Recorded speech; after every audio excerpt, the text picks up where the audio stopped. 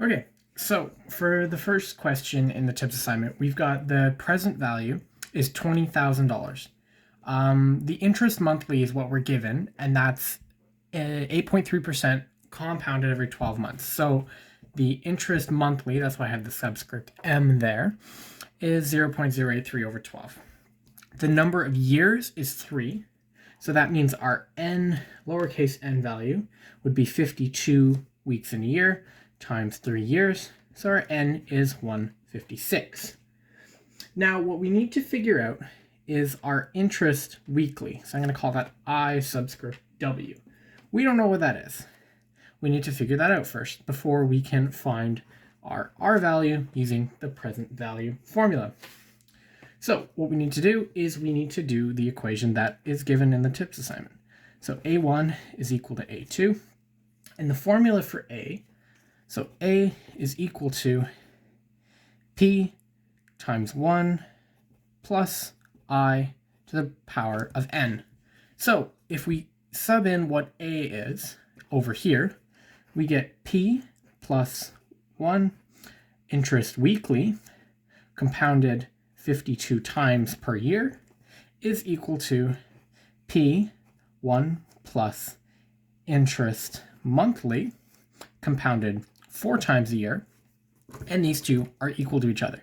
The P can be canceled out on either side because they're equal to each other. Now what we have to do is insert the interest monthly.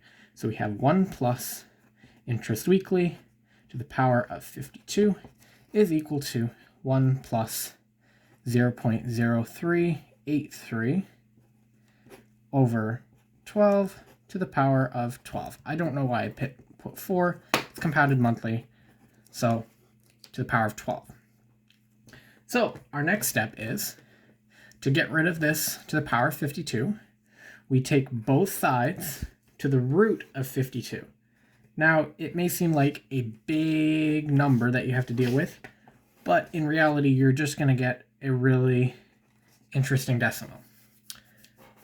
So if we type that into our calculator, we're going to get 1 plus I weekly is equal to 1.001591925.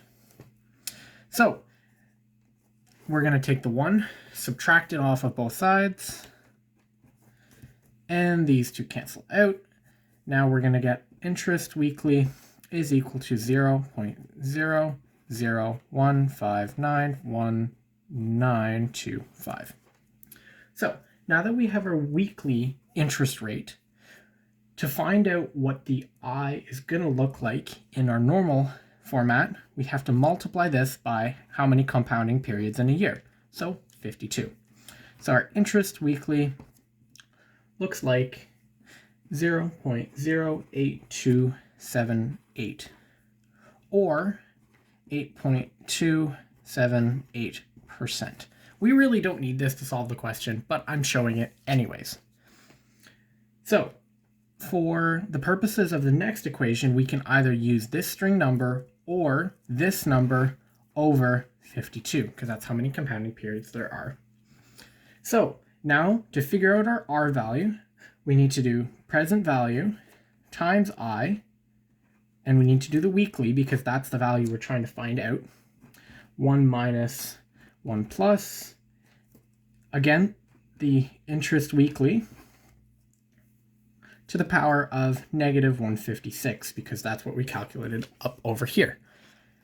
So run this through your calculator. You're going to get 20,000 to the, I'm just going to put this number because it's much easier, 0.00159. Remember, these are both essentially the same number, ignoring the 52. These are the same number. It's just one is over 52. Yeah, so have that. And then 1 minus 1 plus 0.00159. Obviously, keep your decimals when you're doing this. I'm just shortchanging it for the time being. Times negative 156. And run that all through our calculator, which will get us an R value of 144.886, I think. I'm not sure. I did this calculation earlier. So actually it's 884 because it'll turn into, once you put it in dollars, 144.88. That's how you solve the first question. Now the second question is a similar concept where we have the R value is equal to 450. The interest semi-annual, so I'm going to use a subscript S for that, is 8% compounded twice a year. The interest monthly, we don't know just yet. The N, so the big N number of years, is 1.5. Our little n, which is the exponent that we use, is going to be 1.5 times 12 because we're trying to figure out monthly interest. So our n is going to be equal to 18. And we're trying to figure out the future value. So with all of these givens, we have to realize in order to find the future value, we need the interest monthly to figure out the amount at the end once she's done her payments. But to do that, we need to use the interest semi-annually to figure out the interest monthly. And that's what we're using this formula for. So it's pretty much a repeat of last time. We're doing A1 is equal to A2, which is P1 plus interest messed up my spacing there. Interest semi-annually to the power of n, and principal 1 plus interest monthly to the power of n. So now that we have that, cancel out the p's. Now we're just left with 1 plus interest semi-annually, which we know is 0.08 over 2. And semi-annually is compounded twice every year. And then we've got 1 plus interest monthly, which is compounded 12 times every year. So now what we have to do is we have to take the 12th root of everything. It may seem complicated, but if your calculator has the button to do so, it's really easy. You can actually just input it as it is right now. So once you do that, you get 1.006558197 is equal to 1 plus the interest monthly.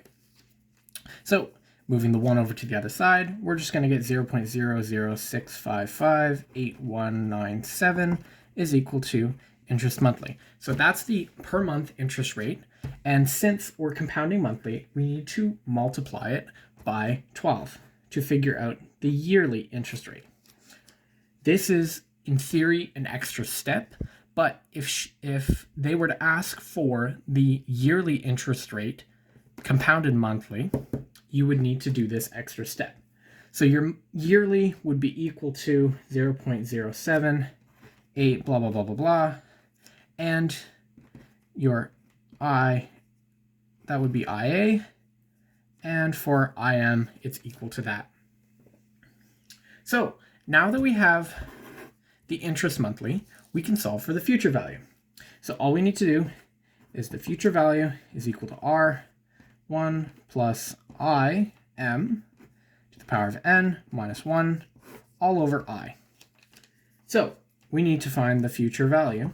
So we have a $450 payment monthly. So 1 plus our 0.06 or 00655 ... Don't forget to carry your string numbers. We have our n number, which is 18. And subtract 1, keep that all in brackets. And instead of doing the under I, what I do is actually, not in this case, usually I cross multiply, but since we have a single number, we can just divide it by that. Divided by 0.00655 ... So our future value ends up being $8,567.72. This answer does differ from the sheet we were given, but I believe it is correct. I will post in the comments if anything is off about my work. But yeah, there you go, and good luck.